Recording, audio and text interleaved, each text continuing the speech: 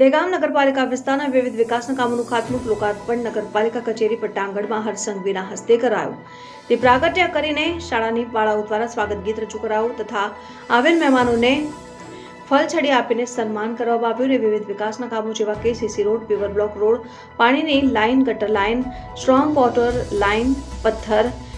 રિફિક્સિંગ, compound wall, gate તેમજ municipal boys અને girls સ્કૂલમાં રિપેરિંગ વગેરે જેવા અંદાજિત રૂપિયા 4.17 કરોડના કામોનું ખાતમુહૂર્ત અને નગરપાલિકા દ્વારા બનાવવામાં આવેલ જીમનું લોકાર્પણ કરાયું. આ પ્રસંગે બલરાજસિંહ ચૌહાણ, ધારાસભ્ય દહેગામ, શંભુજી ઠાકોર, ધારાસભ્ય ગાંધીનગર દક્ષિણ, અનિલભાઈ પટેલ, પ્રમુખ ગાંધીનગર જિલ્લા ભારતીય જનતા પાર્ટી વૈશાલીબેન સોલંકી, દહેગામ નગરપાલિકા પ્રમુખ ઉમાબેન રામીણા, ચીફ ઓફિસર દહેગામ તથા નગરપાલિકાના સદસ્યો, જિલ્લા પંચાયતના સદસ્યો, તાલુકા પંચાયતના સદસ્યો, જિલ્લા સંગઠનના હોદ્દેદારો, શહેરીજનો મોટી સંખ્યામાં હાજર રહ્યા હતા.